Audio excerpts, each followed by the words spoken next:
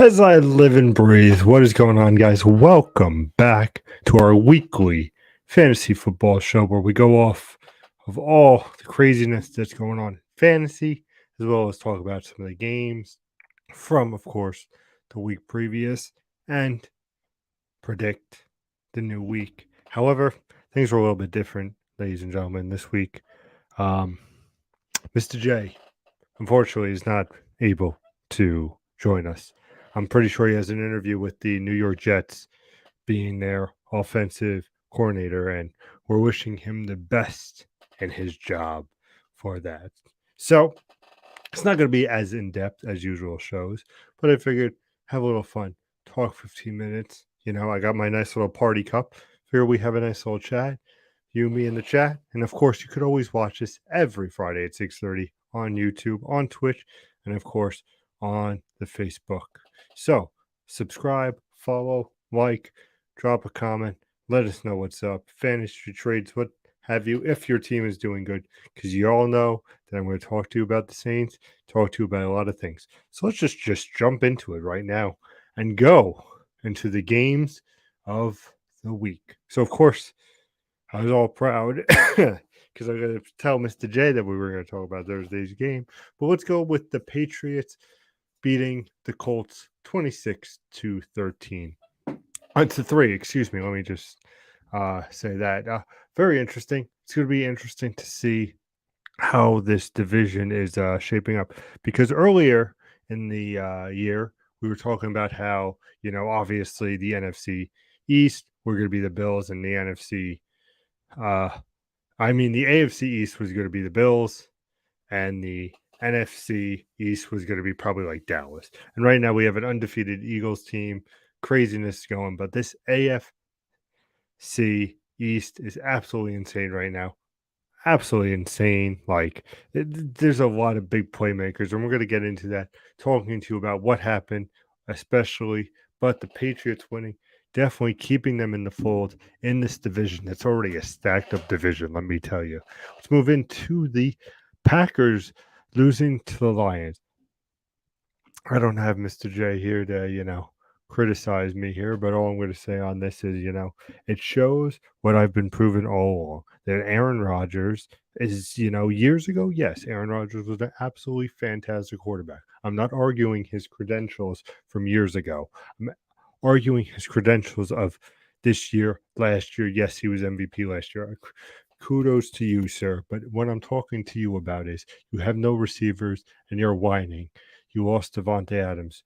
Okay, boo-hoo. Make somebody worth it. And you know what? Swift came back. Swift put up a great game, even though, Lions shaky this year. But it's showing to me that the Vikings are a legitimate force in the NFC, and you should keep an eye on that, especially in a division that nobody clearly wants first, but the Vikings are going to easily take it with room to spare. Let's talk about the Chargers being the Falcons. Let's talk about the NFC South being absolutely abysmal.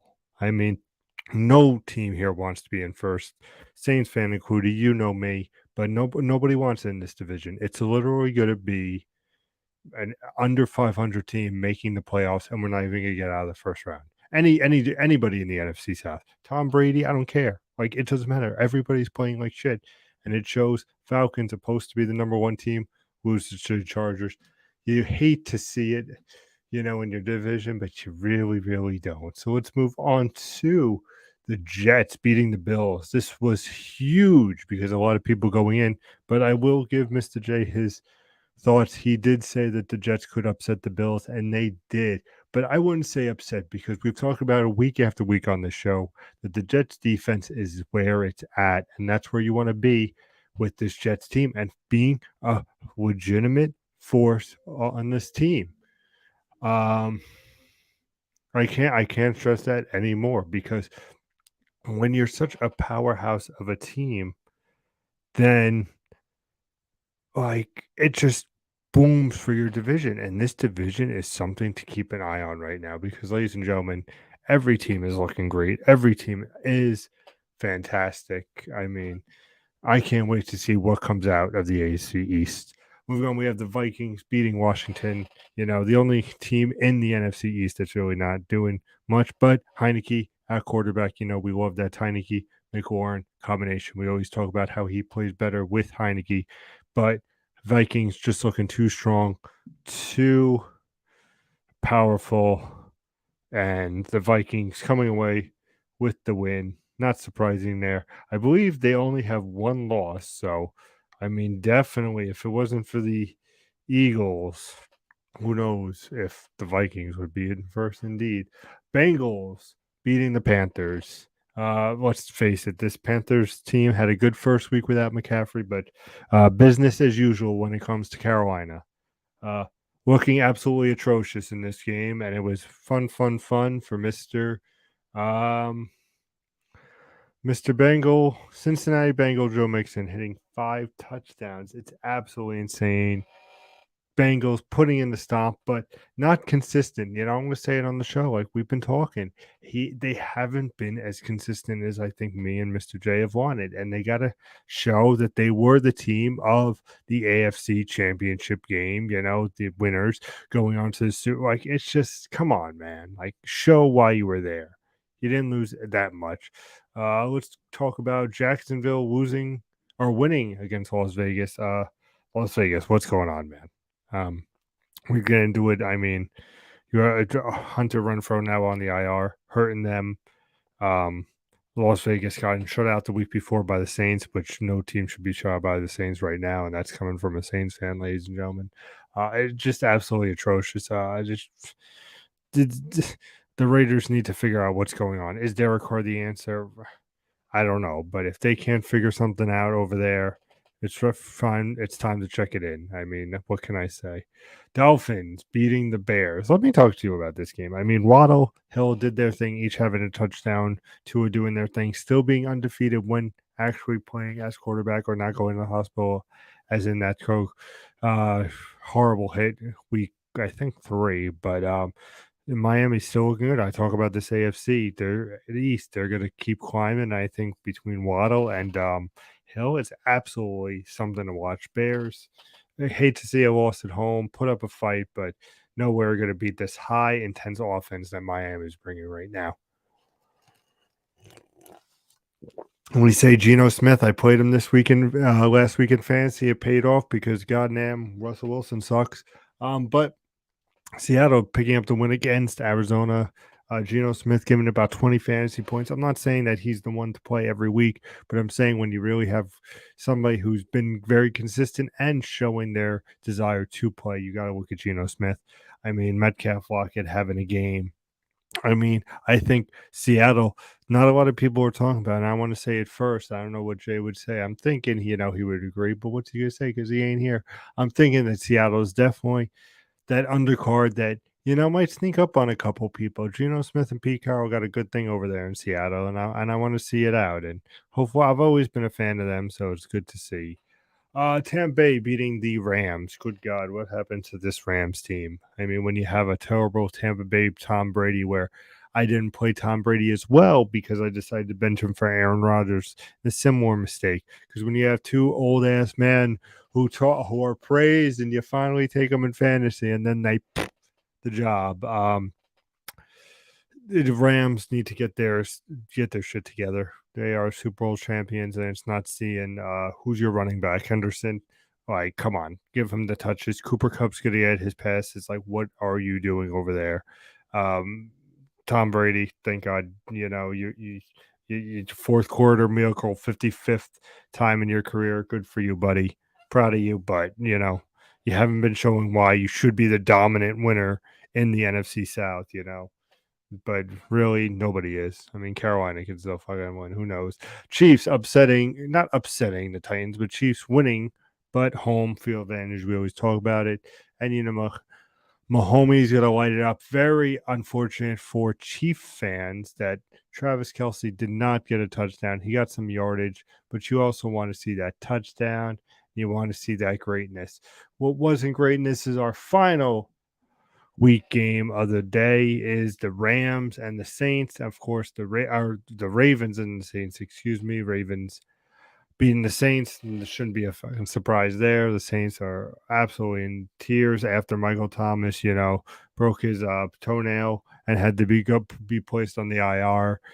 This Saints defense just needs to check it in and get the pick. Andy Dalton is not the answer. Jameson Winston is not the answer. I'm not even saying at this point Taysom Hill is the answer. I don't know who the answer is, but it's becoming a problem over in New Orleans. And if for a division that is as lackluster this year in the wanting to win the division, it is very upsetting not to see the Saints be all over them.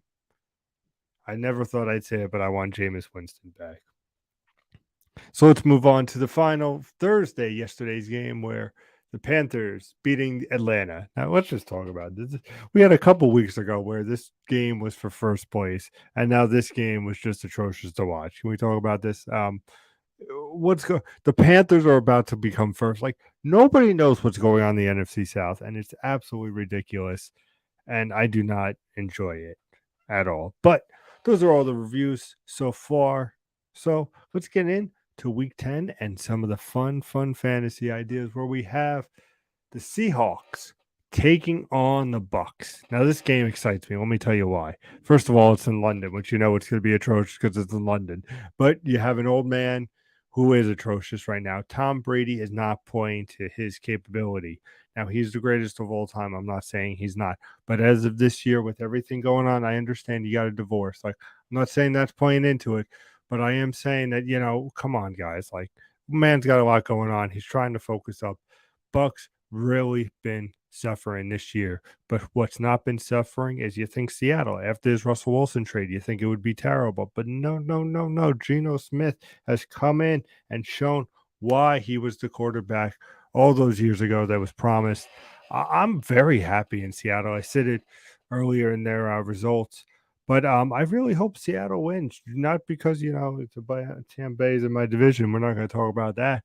But we're going to talk about how the Seattle defense, this offense, bringing it, showing that they are number one in the West. And I think they could be a wild card action. I think Geno Smith going to get you those points again this week. I think you're going to see some good performances. If you're a Tom Brady fan, I don't know. I think too much is going on in Seattle to play him. But to each his own, I always say. Let's go to Soldier Field where the Bears are going to host the Lions. Now, we want a big game from Swift. Everything's pointing towards him being active. And, the Bears, unknowing team, And that's what I want to say about this matchup right here. It's the unknowings because who knows who's going to show up at this game. And I think Mr. J would agree with me when I say the Lions can have a great game and we've seen the Bears have a great game. So who's going to have it? I'm not going to lie. I'm putting Justin Fields in a fantasy matchup because I feel like Justin Fields can deliver. And will he deliver against this Lions defense and this team? But will Swift run right over the Bears? I mean, this is the most unexpected game. If you're playing Swift, of course you're going to play Swift. But, Justin Fields, definitely interesting to see if it was just not a flash in the pan. I, as a fantasy player of 4 leagues, am putting him in one of my leagues.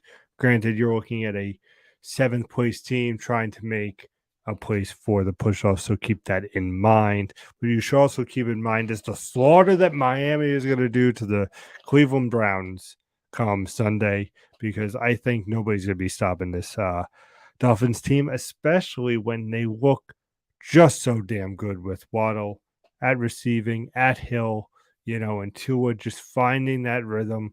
I think it's incredible right now what's going on over in Miami. And I think that there's no reason why they should be slowing down. There's no reason why Miami will not win that game. Broncos, Titans. Let me tell you, me and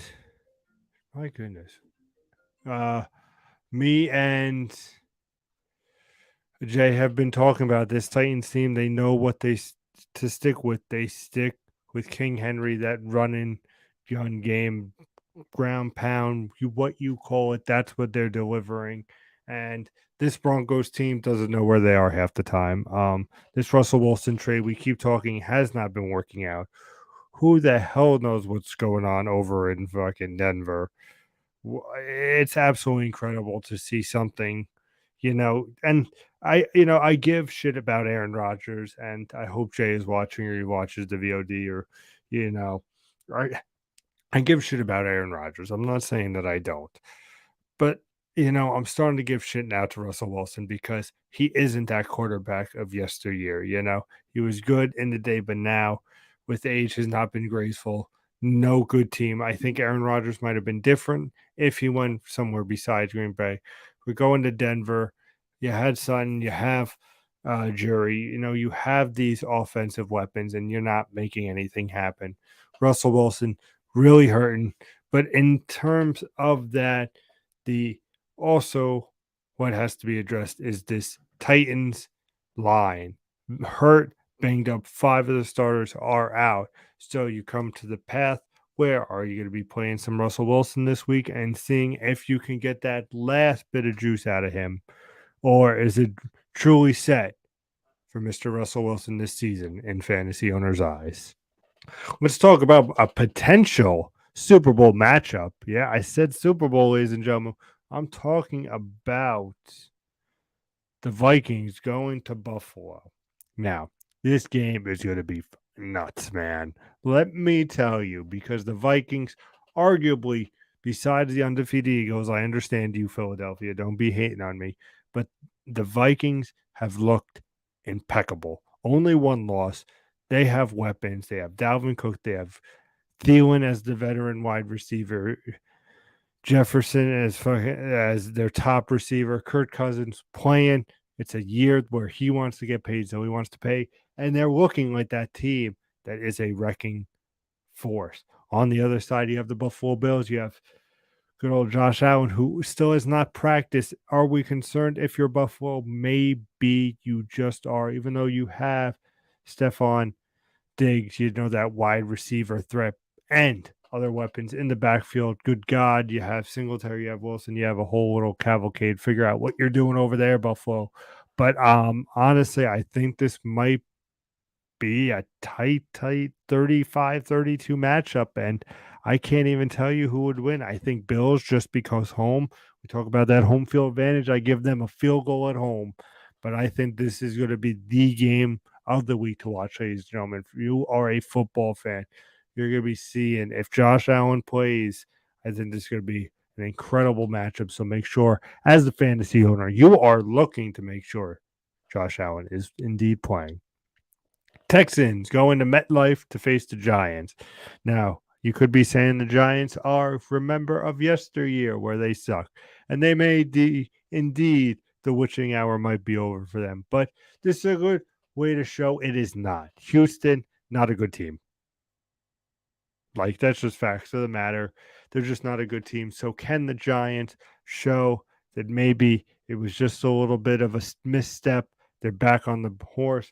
You're going to get Saquon Barkley. You're going to get Daniel Jones to be all safe. Even though we urge you, Jay urges you, I do. Football fans urge Daniel Jones not to play it so safe and take a couple of risks. But I see the Giants still winning this game. I don't see the Texans doing anything. So good on the Giants to come back and win this game. Jags at Arrowhead. I mean, this pretty self-explanatory. I'm pretty sure the Chiefs are going to have a field day over at home. So if you're my Mahomes owner, get it ready because it is going to be amazing. Saints going to Pittsburgh. Excuse me for a moment, ladies and gentlemen.